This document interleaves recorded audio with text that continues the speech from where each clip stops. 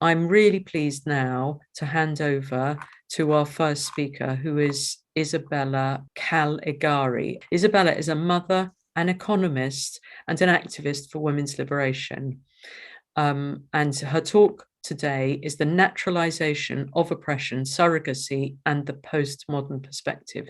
So thank you so much, Isabela, and over to you. The practice of surrogacy is being naturalized and normalized and expanded, both in its commercial in its commercial mode and also in its altruistic modality, as it is the case here in Brazil.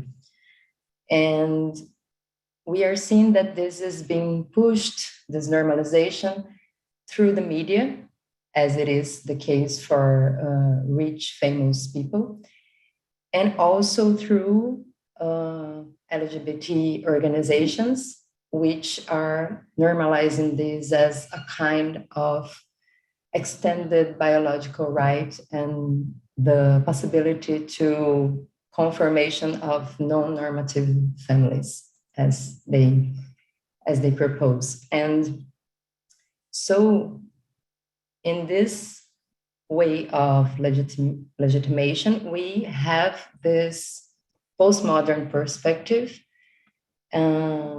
behind it as an academic legitimation.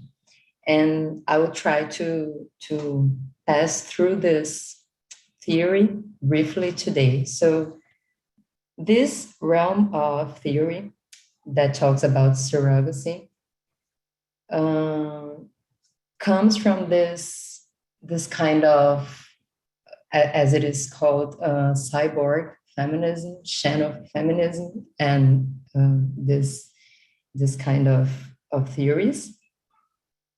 And they can make a kind of arrangement of some so-called Marxist concepts, which become really misplaced to justify surrogacy as a means to liberation and from actually this new world of non-normative families. And so that is the case of some recent books on this field. So it is curious because this path of theorizing starts from a radical defense of abortion and a radical defense of surrogacy as gestational work, which can be directly put together with this notion of sex work, as it is obvious. And so when we see this kind of radical defense of abortion, it comes from a place where gestation in human species is considered inherently dangerous and risky.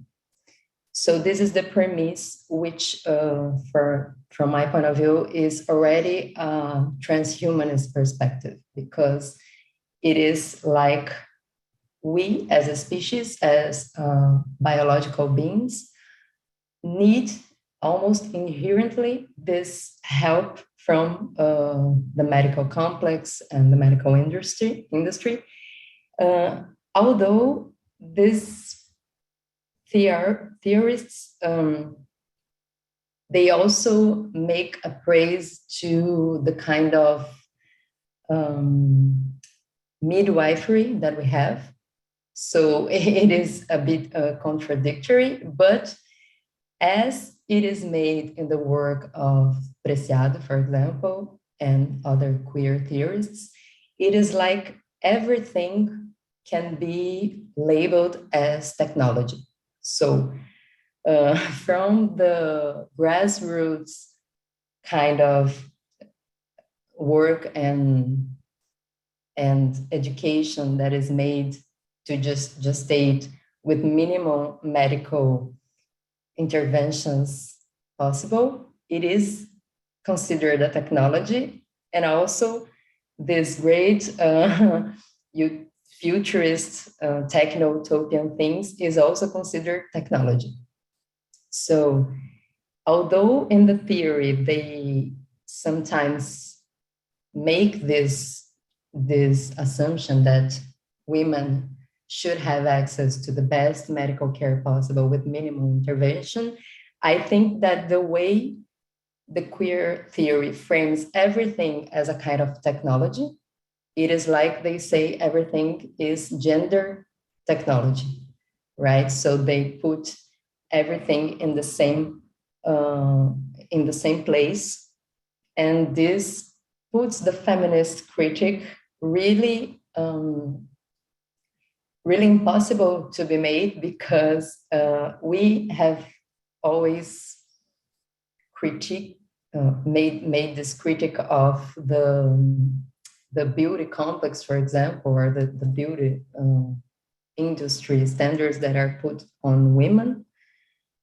And if this is technology in the same way of, I don't know, gender expression or clothes or things like that, it makes the critic really impossible to be made. So I think the same happens here. It's kind of this step forward in surrogacy. It is considered only one more step forward in everything that is already happening in common pregnancy and birth. Like, it is only one step more of technology. And I think this also eliminates the kind of quality leap that we make from here, because if feminism, midwifery, and so on was already criticizing the cesarean industry, for example, we have to criticize even further the surrogacy, because of not only the interventions in women's body, but everything else that is involved. But these theorists, they put only they put as if feminists were not criticizing motherhood and pregnancy and everything that is involved upon women and this industry, and they are just criticizing from now on because of commercialization, which is definitely not the case. But commercialization puts even further oppression upon women. And also, there are some passages where it is put like this dystopian future that feminists alert on this will never happen, since we are seeing on commons here, because it is the view of this line of thought, we are seeing surrogacy happening from a long time and nothing has changed. This is the argument. But in the same book, the author puts that it has changed a lot, because if in the 1980s, surrogacy was mainly done through someone close to you that you knew from work or from workplace or from your neighborhood. Now it is transnational, and it is handled to people, to wealthier people that are buying lots of babies. So this is not just a quantity issue, it's changing qualitatively also. And if it becomes totally widespread and normalized, it will definitely change the quality of women's life in general, and it will put oppression further on us. There is also this kind of transhumanist thing in all of it, all of this argument, since the baby is seen including in one book that I am mostly based on, which is Full Surrogacy Now by Sophie Lewis. The baby, the fetus, is seen as a kind of cancer inside the mother, and or a parasite. I don't know, something that is growing inside, but it is not wanted, and it's almost like a disease. And also, the baby separation from the mother is considered totally normal and even desirable in this future of non-normative families, non-nuclear bourgeois heterosexual families. So this separation from the baby is put forward as the whole queer theory is putting forward this embodiment, this detachment from our bodies and what our body produced in the case of the baby. So it is not just the disembodiment from the uterus or the belly that will be rented, but also the separation from the baby as a commodity, but it is valued as a positive thing, since in this future, women will allegedly find new ways to connect with babies and other women in this kind of trust and help ways that they help one another. And it forgets that it is already happening in this altruistic modality.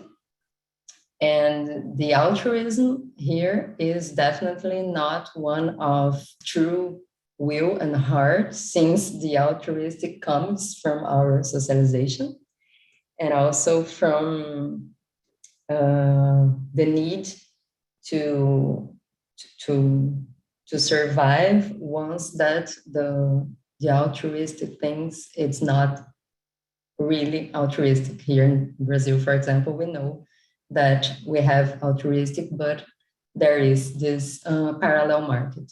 So we have also the argument that it is impossible to ban surrogacy. So again, this line of thought that goes directly to what is called sex work, that it is impossible to ban prostitution. So we have to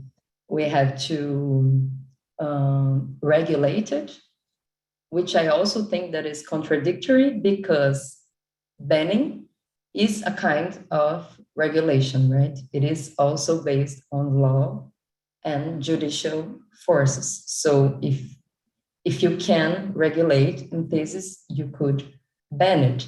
And then some examples are put on, like Cambodian, which allegedly got the surrogate mothers on jail for it, and they were the persecuted ones. But we know that as the same as for prostitution, the women are not criminalized in our proposals. So this is a fallacy. And there is this allegation that if you do not regulate it, it will definitely grow, and at the expense of women, and poor women.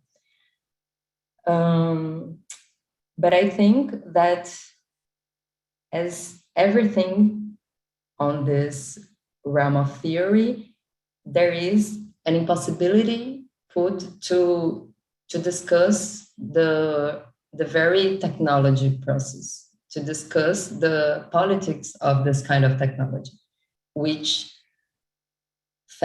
radical feminists were doing since 1980, to discuss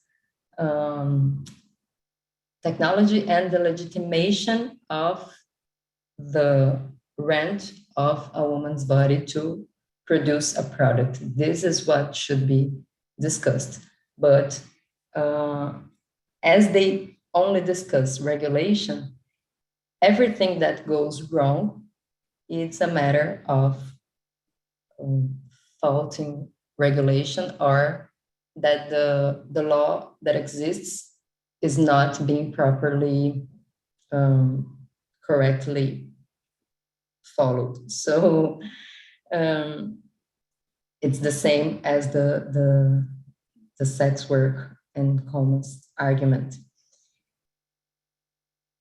And then also I trace the parallel with the gender ideology in many ways, because first, the defense of this comes not only from the place where it is just a work, but also of this place of defense of a bodily autonomy, but that is detached from an oppression analysis. So bodily autonomy is the word that is the expression that is used here to defend abortion and also to defend surrogacy. And this author, for example, defends also the blocking of puberty in children in the same ground. So I think it's very important. The two things here we as feminists have to look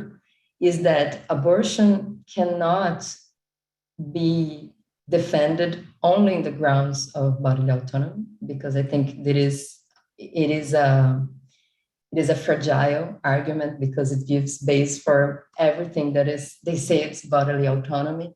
So it has to be attached to a structure of oppression and the analysis of it.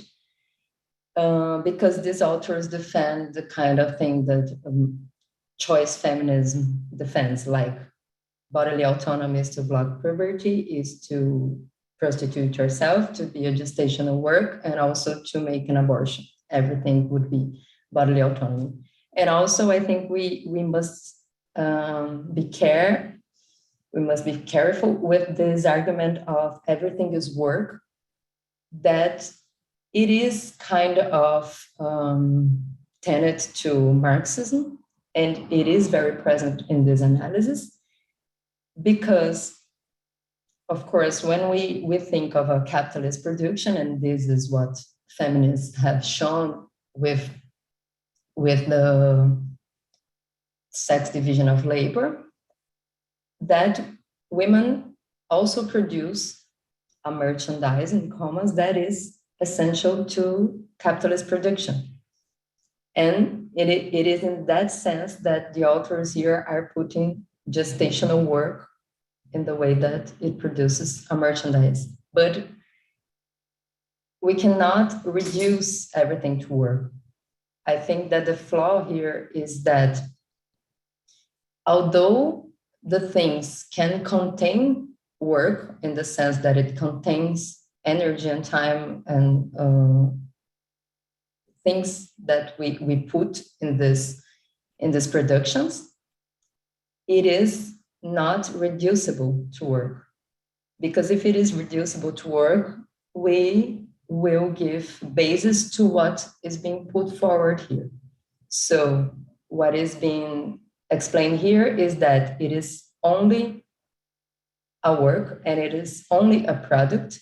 And then they show lots of data on how much this kind of abortion and detachment from the children is not a trauma for many women, most not a trauma, which I don't know about this research, but anyway, it is an anti-feminist perspective, because it keeps revolving to the argument also that we have to listen to gestational workers that are kind of organized in itself, which is also not a Marxist approach, because today, if we listen to workers, or if we made a research, a poll on workers, they would definitely mostly not want communism, for example, or not want to I don't know, to abolish the private property. So I don't understand how someone can say that it is a Marxist approach and that you have to only listen to workers and that feminists don't listen to workers. And then you say everything is work, but you are actually reducing everything to work. And also this transhumanist and bodily autonomy approach. These were the main things that I think we should be careful, because they are actually arguments that are present both in Marxism, leftism, and also in feminism, but they are totally misplaced and distorted. And they come to this conclusion that in a utopian society, people will have children for everybody. And this would be the kind of full surrogacy. So this proposes that we listen to these workers in commas, and help them to organize. It including has some quotations of how can I say, cooperatives of these workers that are happening in India, for example, that the workers want to be in kind of a syndicate or a cooperative. And if this is put forward, that's the argument, if this is put forward, then we will come to this place of a common and communist liberated woman that will be available to give the children to, I don't know who, but I think the main thing here also is that it takes from this perspective of work, and it keeps looking at work and community, like this cooperative, syndicalization and everything, and it never looks to the buyer, which is the same thing as the approach they have on prostitution. You look at the organization of prostitutes and their syndicalization and things like that, but you don't question, in a feminist and even Marxist perspective, if it is legitimate and if it is valid in a utopian society, including, for people to want this kind of service or product, which is a baby in the case. So you are looking at the place of work and to organize and to cooperativize. And the parallel doesn't fit also, because the cooperatives we have that are producing, for example, food, yes, they can be a location where workers will be more, I don't know, they are together and they are producing and they are equally dividing things and they are creating conscience of class. Okay, but they are producing food or products that can be even for themselves or for partners and for poor people, as happens here in Brazil, for example, many cooperatives. But in this case, you are producing babies, so there is no point of this being cooperative or not. And I am already finishing. So this is kind of the utopia presented. And I think the main points we have to look is this misplacement of Marxism and leftism and even feminism with the kind of bodily autonomy thing. And the last thing is that it also traces a parallel to gender ideology when it completely changes and invert the focus of oppression. So as in gender ideology, the problem starts to be the sex in itself. And people start to look the abolition of sex as if sex was a problem, biology was a problem, and gender becomes reified, and the proposal is to reinvent gender and achieve some kind of utopia through gender and abolishing sex. And here the same is happening. They are trying to propose an abolition of the ways we get pregnant and deliver babies, and some kind of intervention, medical intervention in it, and commercial intervention in it, and not and reinventing and reification. There is a reification of surrogacy. Like if surrogacy was not the problem, but the way that we make babies and biology had to be changed in this future, in this utopian future, through surrogacy. So it is the same. It is like the sex has to be changed, as we're seeing now, and the gender reinvented. The same thing is happening here. The surrogacy is reinvented, and the pregnancy and biology becomes a problem in itself. If you have published, so we're having some people saying about your economic analysis, and if you have published work that they can, or if your talk today was published, that we can give people the PDF of it. And then also, if you would like to add something that a question that's come up, Isabela. I haven't yet published this. I am studying this and intend to publish about surrogacy from an economist perspective.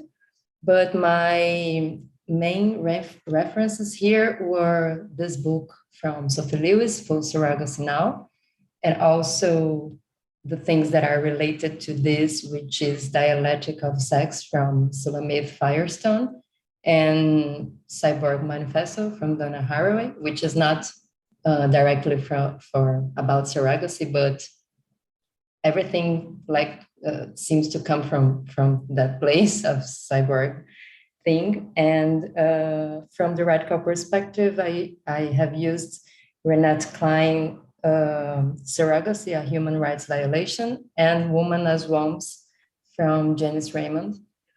And those were my main references from now. What I would like to add, I have seen in the chat, is the thing about alienation. Someone have asked, like, how come you see this, the person making the argument, right? See this as work and then pushes it forward in order to liberate us somehow, if by a Marxist perspective, the work is alienated, right? So this argument also comes from the things of xenofeminist. There is also a xenofeminist manifesto, which you can find on the internet, and is really transhumanist and stuff. And this xenofeminist thing is also what we call accelerationist. I don't know how you pronounce it, but it is like acceleration of futures of capitalism and neoliberalism. And the bet is that if you accelerate things, like, it is so bad that it eventually comes good. I don't know, like you can find spaces among the structures and so on. So this is like the leftist accelerationism. It is like a thing that comes from that. And also there was a question about overpopulation, which is the thing that I would like to look from the economist perspective. And here it's very important, and I forgot to mention this because of the time, but my hypothesis, which I intend to look further, as Sophie Lewis, which is this author, says a lot about the myth of overpopulation and how this have been kind of used in a xenophobic way, because actually people talked about overpopulation to sterilize people. That's the argument, okay? But it seems to me that her analysis, it's not a critic of that, but is indeed a defense of demanding babies. Like, in general, people have the right to demand babies, to make babies, to not, if they are poor, they have the right to make babies, okay, but if they are rich, they have the right to to want babies if they are queer and cannot make anything. That's the point. That's the argument. And so I have this hypothesis, which also links to another question, that we are in truly a civilization crisis, capitalist crisis of huge proportions. And this is being pushed also from the perspective of population control, which is not population control, but population incentivation, because I have seen many leaders, European leaders, Chinese leaders, trying to incentivize people to have more children ineffectively. It is not working. China has now, for more than a decade, of explicit incentivization of children, more children, and it's not working. People actually don't want more children. So I see this as totally connected with the loss of reproductive rights, the loss of the right to abortion in the United States. So it seems like two opposite things, like one from the right and one from the left, but both of them are like incentivizing more babies.